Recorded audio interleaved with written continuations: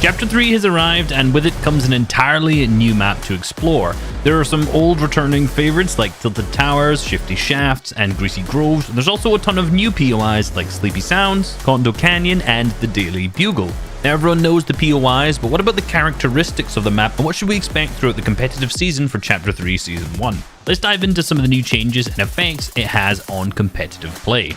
The first change that will seriously impact the way that competitive games are played out is the large abundance of environmental heals that are now available on the map. Previously, in Chapter 2, a lot of the slurp barrels were mainly located at slurpy swamps, with of course some others being thinly spread across the map in small amounts.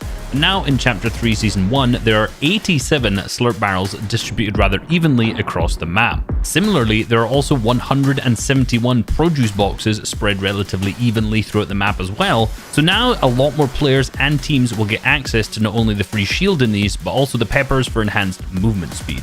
Last chapter, all the pepper spawns are basically limited to one POI, Catty Corners, but now the majority of named POIs have access to these outside of Rocky Reels.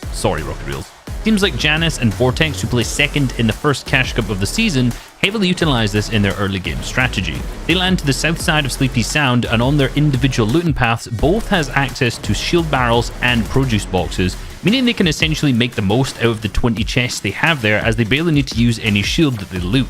Vortex uses 7 shield barrels to the west side alongside the shield mushrooms obtained from the produce boxes to get himself all the way up to 200 HP. Janice lands on the east side and pops 2 minis, then grabs the 3 slurp barrels and produce boxes to the north. You might think it's a waste, since you could have just used the same shield barrels as Vortex, but landing more split enables them to loot the entire place faster, disengage quicker, finding plenty of minis along the way anyway, so it won't necessarily matter. As you can see, as they leave their POI, they are not struggling for shield one little bit, unlike many of the other teams in the lobby.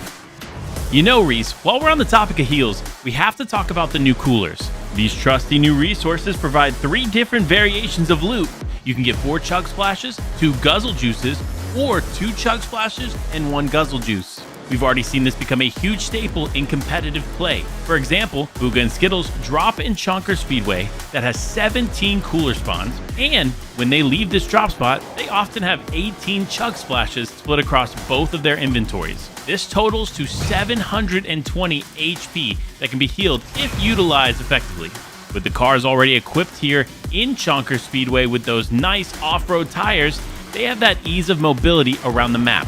With this additional mobility and all of the chug splashes from the cooler boxes, this allows them to spend much more time looting in zone for ammo and better weapons. The issue with this strategy, though, is that it requires you to take a mid-game fight for your surge damage. But for a team like Booga and Skittles, that's something they're very confident in. Overall, this is a very unconventional but successful early game strategy they've been implementing. Last but not least, we have probably the most impactful addition to the map, and that is the Spiderwebs. These webs provide you with mythic Spider-Man web shooters, an easy rotational tool using the webs, and additional heals.